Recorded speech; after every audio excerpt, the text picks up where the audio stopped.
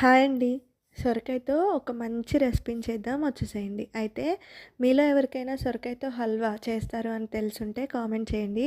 తెలియని వాళ్ళు ఎవరైనా ఉంటే ఈ వీడియో లాస్ట్ వరకు చూడండి. ఎలా చేస్తున్నానన్నది మీకు కూడా అర్థమవుతుంది. అయితే ముందుగా కొత్తగా ఎవరైనా మన వీడియో చూస్తున్నట్టయితే ప్లీజ్ అండి సబ్స్క్రైబ్ చేసుకొని లైక్ చేయండి. అయితే సొరకాయ హల్వా ఎలా చేయాలి అంటే ముందుగా ఒక సొరకాయని తీసుకొని దాన్ని పొట్టు మొత్తం తీసేసుకొని తురిమి పక్కన పెట్టుకోవాలి.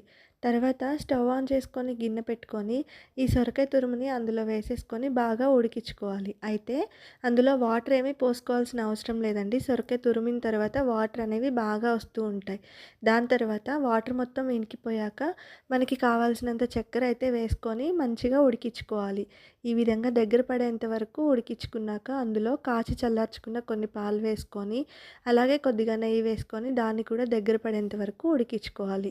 ఇలా మొత్తం ఉడికిపోయిన తర్వాత మీ దగ్గర ఏమైనా డ్రై ఫ్రూట్స్ ఉంటే అవి కూడా వేసేసుకోండి. టేస్ట్ అయితే చాలా అంటే చాలా బాగుంది.